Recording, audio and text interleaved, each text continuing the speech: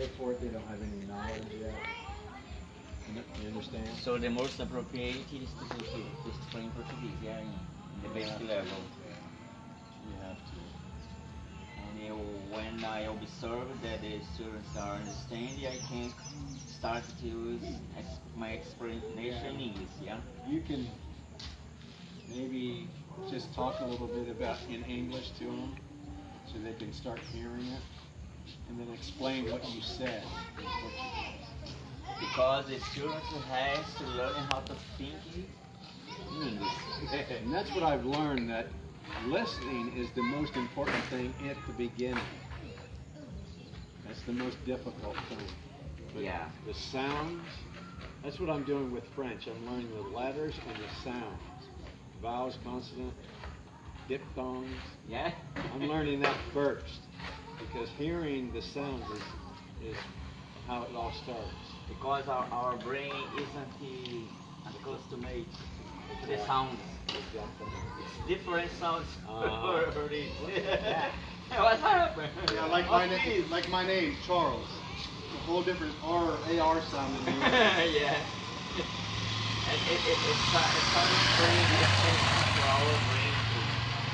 Because you have to train, you have to train. You have to train. Like exercise.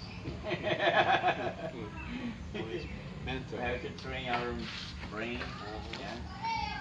So, Because the Portuguese sounds is different from English sounds, right?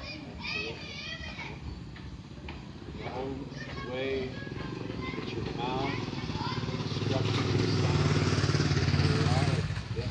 like the tihega in English. There's no sound like that in Portuguese. There are some sounds, for example, think, three. Yeah. It's Very difficult. difficult.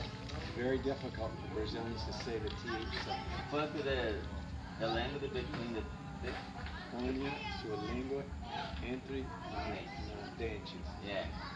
This, that, those, Yeah. this, that, those. It's a good exercise. You understand this, that, those? This, that, Oh yeah, yeah. It's those. the plural form of these. Yeah. These, and with. With. See you? With. Yeah.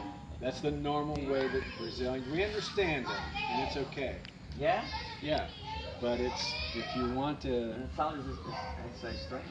well, it is. Yeah. Brazilians usually say the TH sound like da or with the word with, usually with, With. but it's with. I have a question. I have a doubt about, for example, when I ask a question in English, we have if you use the auxiliary verbs in present tense, for example, do, dies.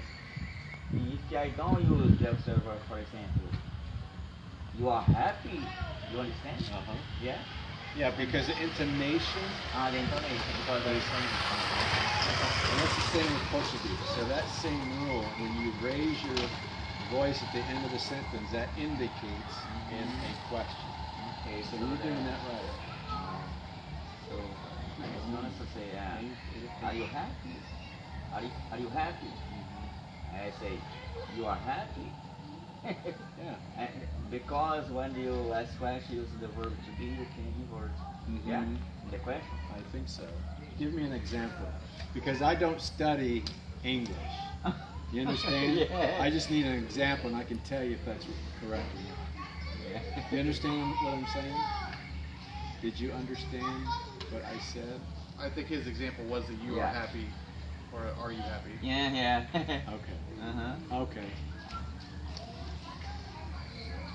In the past, you use the auxiliary verb did, for example. When I teach to my students, when you ask a question in the past, use the auxiliary verb did before the subject. Did you study English yesterday? No.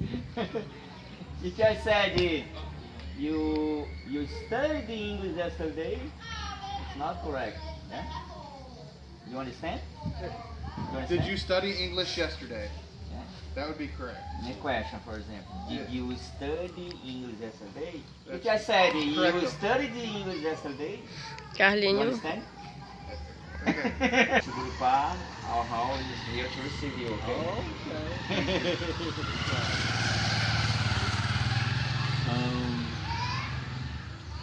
I think the main question is about the intonation. Yeah, if you raise your voice, that helps us understand that you are asking. Make a difference in intonation. But if we will get it, that's not going to be really a barrier, because a did you is always a question. Okay, no matter your inflection, to make it sound more natural, the inflection would be there, like how we would say it. But anybody would understand it without the inflection. Yeah. Yeah. Because in Portuguese, it's all depends on intonation when you ask question. For example,